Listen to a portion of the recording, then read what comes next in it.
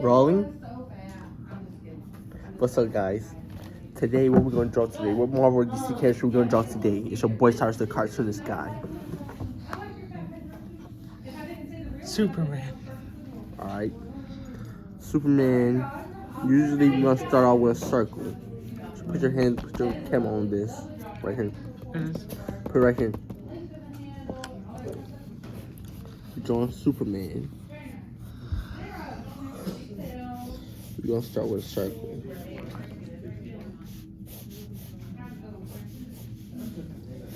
Then we're gonna take these two, start with 2 lines. Then we're gonna go like this. Boom. We're gonna take 2 handles.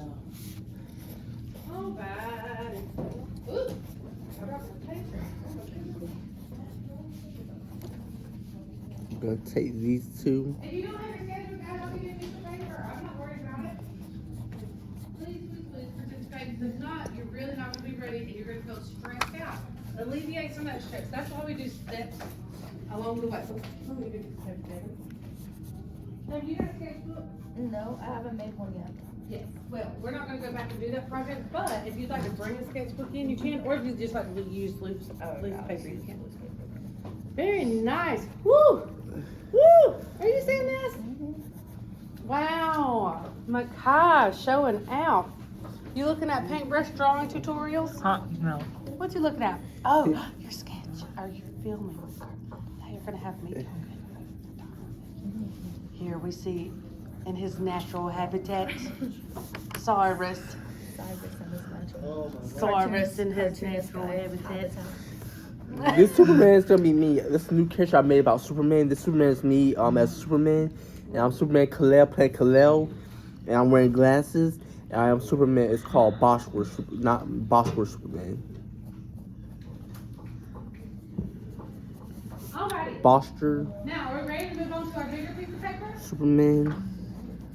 Because he also the boss of things. He's shunning. See? No? Yes. We? Yes? Yeah. Okay. Now, here's my question. Should we go this big or should we go like half this size? That's what I want. Okay. Now, here's the cool part. You're drawing a more realistic size. But this time you're going to be drawing 5 paintbrushes. Not 3 paintbrushes, but 5 paintbrushes.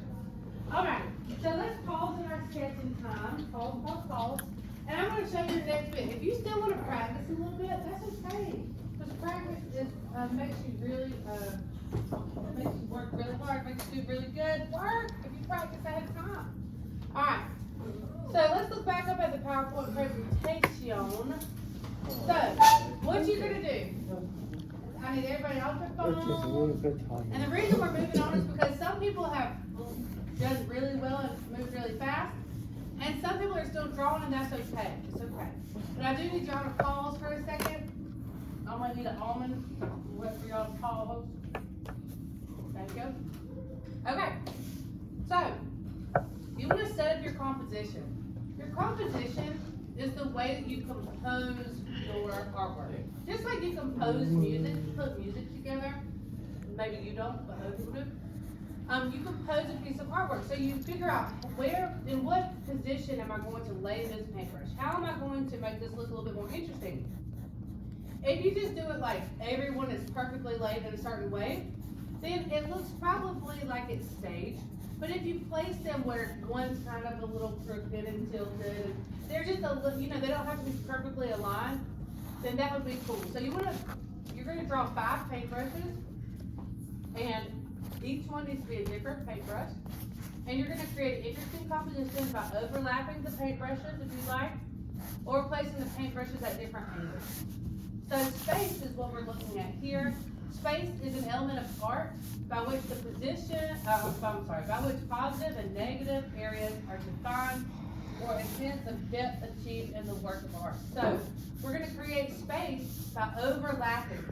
If we overlap, one's on top of the other, which means that there's depth in the work, okay?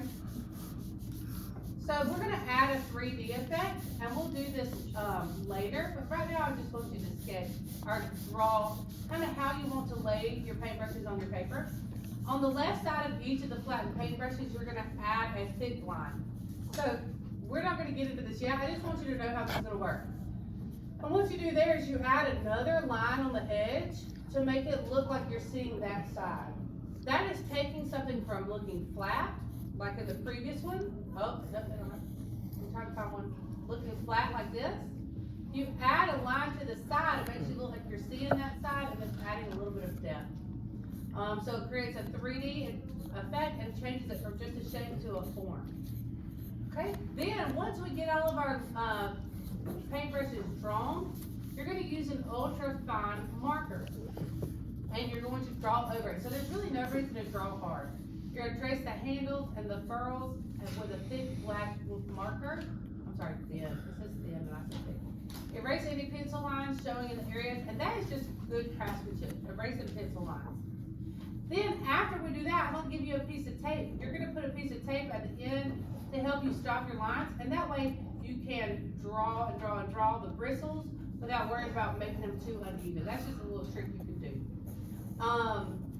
And I'm just going to go through this so that you guys can see where we're going, because I like, if I start a project, I like to know the next few steps so that I can do it right. Okay? Then we're going to add emphasis. You're going to select areas of the paintbrush for emphasis. In a few different spots, you're going to block the black line thicker. And that's going to, so like if you see here, if we move back, there's no thick varied lines here. They're all kind of the same thickness. But if I move forward, I see that if I add some shading in some areas and some thicker lines, then that's going to add some emphasis to the shape of the form of the paintbrush. Then on the left side of each of the paintbrush, we're going to add charcoal. Charcoal is a really loose drawing material that you can smudge and make it look like a shadow. So we're going to add that to the one side of each of the paintbrushes, and all of this makes something go from really flat to looking more three-dimensional. You're going to blend the different values with your fingers, and that way we're using value to create a shadow. Now if you look at this finished piece, can you see that shadow now? And as well as the shadow, those thicker lines that are creating even more of a shadow here. We have a thicker part here. All those little tiny details, those little tiny things, make something go from being a good drawing to a great drawing. So adding shadow, adding the thickness of line, and then the final step is the paint part. And that's where we'll just add paper. So this looks three-dimensional. It looks like it's sitting on top of that paper. But we're all creating that illusion. We're magicians in here. We're just creating illusions to trick people to think that we're bad. Okay? So, that's the end of the PowerPoint, but I'm going to give you the next piece of paper. All I want you to do right now is to set up your composition. I want you to draw 5 paintbrushes. You can lay them however you want to on your on your paper. Don't actually lay the paintbrushes on there, draw them, do not trace them. Just because I'm giving you a bigger piece of paper, not making any trace them. And I think overlapping like the handles of one, make them look like they're kind of scattered on the paper rather than just, I still like kind of the linear thing, that way we'll still get the rainbow on the side from doing the colors in the appropriate order. But making them overlap is going to look really cool. Okay, does anybody feel like they're totally